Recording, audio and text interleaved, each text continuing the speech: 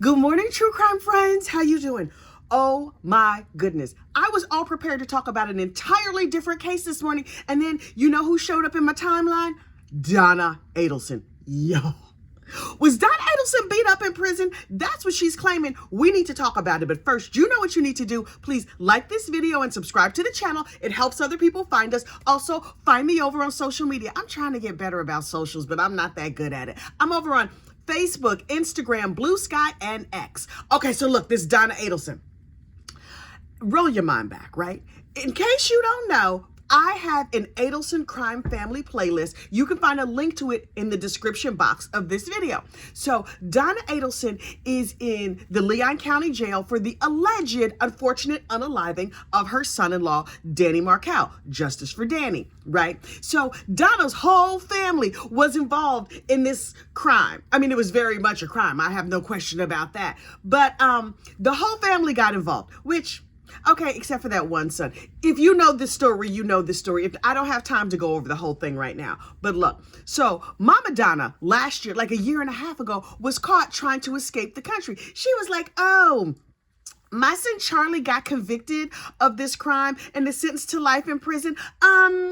You know what I'm going to do? Instead of staying here and going to his trial or putting money on his books or like lighting a candle, saying a prayer or whatever, I'm going to go on vacation to Vietnam on one-way tickets. Me and my husband, Harvey.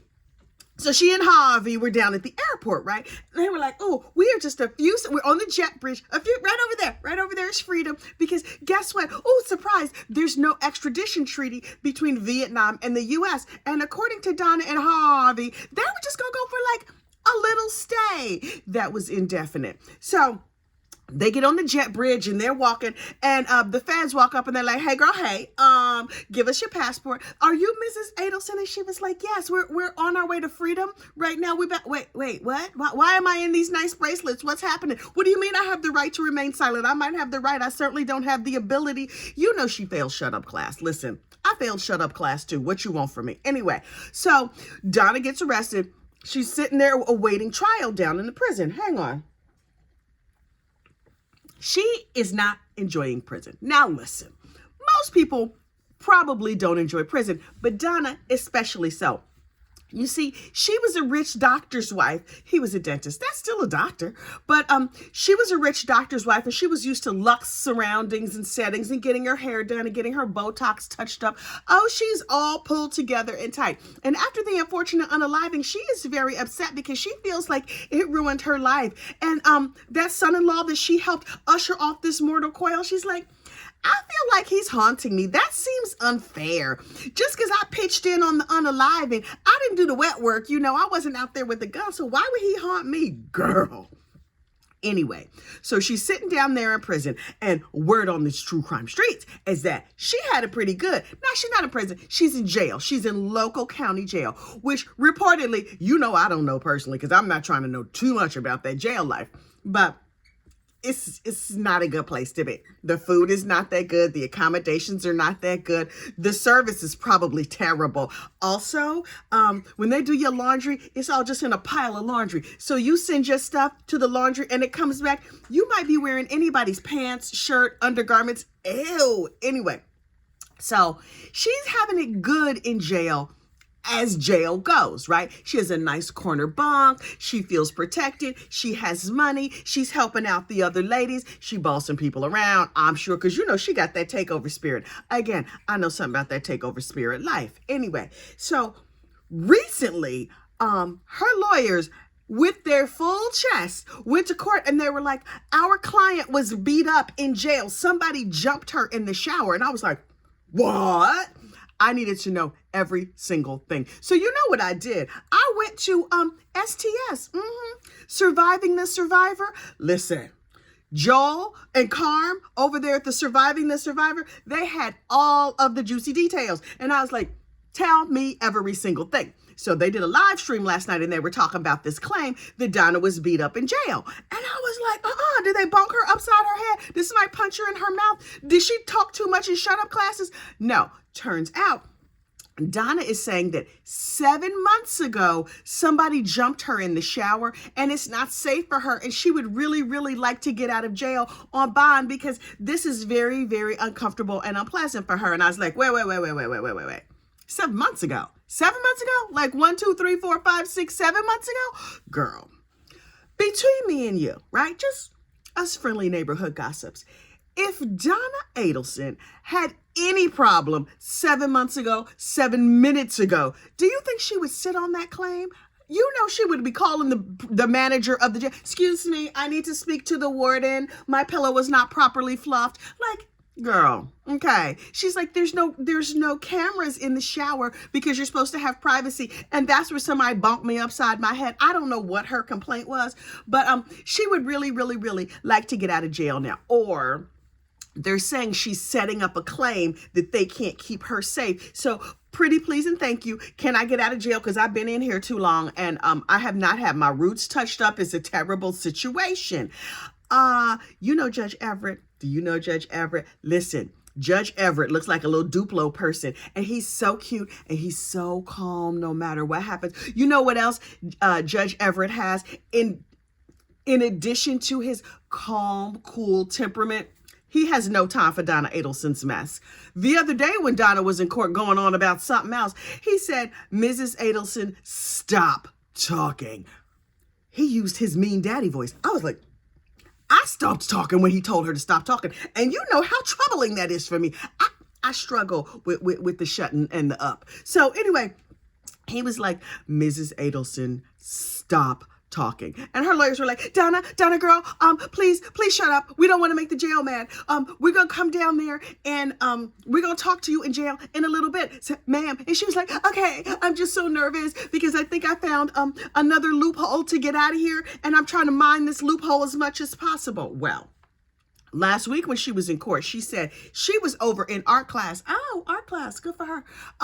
She said she was over in art class coloring with the color pencils. And you know, they don't make them too sharp because, you know, you could like poke somebody with the color pencils. They probably use crayons and stuff. Anyway, she was in art class and one of the girls in art class said, she was in jail. This other inmate was in jail with Katie McBonawa, who was like one of the hit people in Donna's case.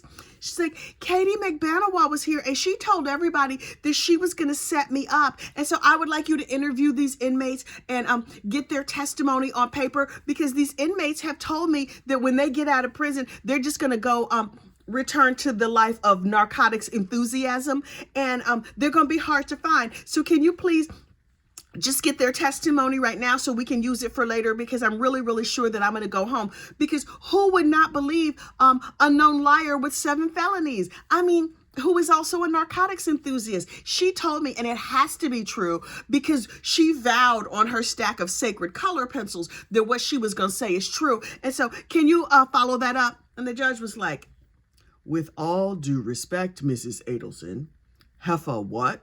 Now, he didn't actually say heifer what. He came with the spirit of heifer what? So Donna was like, okay, I'm so nervous and I think this might be my ticket to freedom. Donna girl, psst, listen, between me and you, it's not.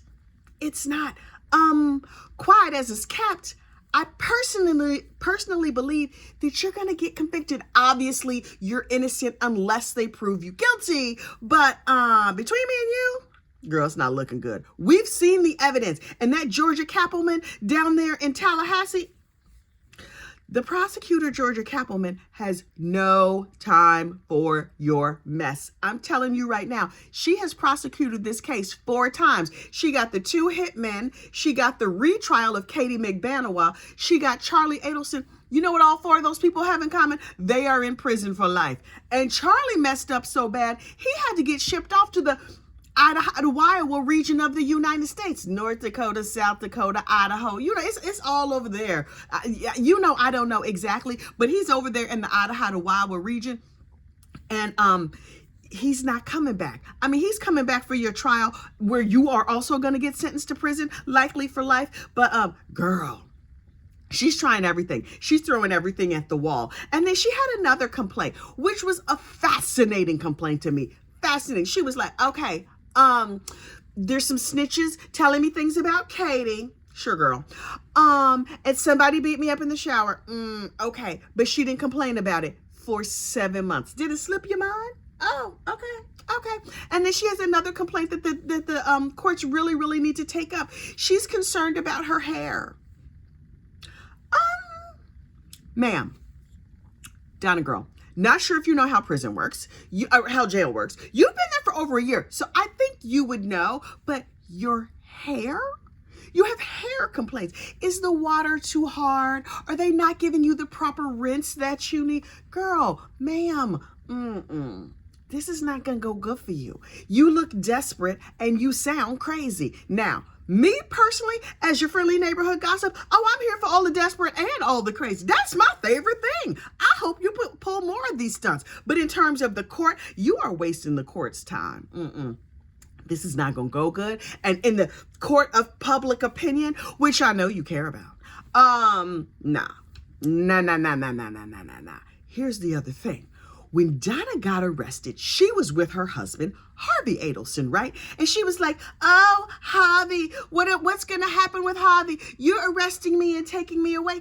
Can you put him in an Uber? He can't get home by himself. And the FBI was like, child, that sounds like a him problem. That's not a us problem. And she was like, okay, Harvey, all right. And so they took him out. She's like, I'm just so concerned. They put her in. They did like a real long perp walk that we saw on body cam video. We were living for it. Look, when she got arrested, I was on a cruise and I was like, wait. The way I ran to the Lido deck to try and find myself a good cell phone signal, y'all do not understand. Roll your mind back. I might even have to link that video because I was like, y'all, Mama Donna got arrested. Anyway. So there has been concern from that day to this about Harvey, mostly by me and people in the comments. Where is Harvey?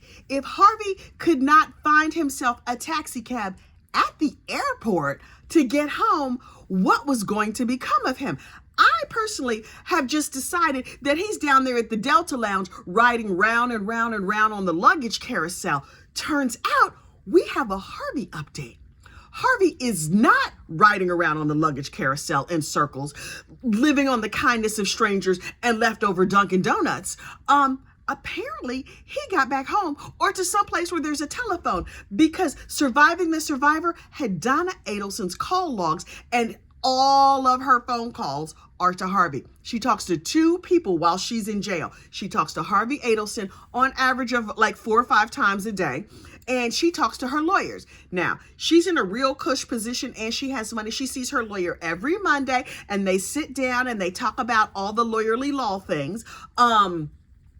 Girl, I know you have new lawyers and congratulations. Her lawyer, in case you don't know, is a disgraced judge. Ma'am, I'm not trying to question your judgment. Now, maybe you had questionable judgment when you unfortunately unalived your son-in-law. That was terrible. Maybe you had questionable judgment when you accidentally recorded yourself talking about how you were going to try to escape the country on a recorded jail phone call.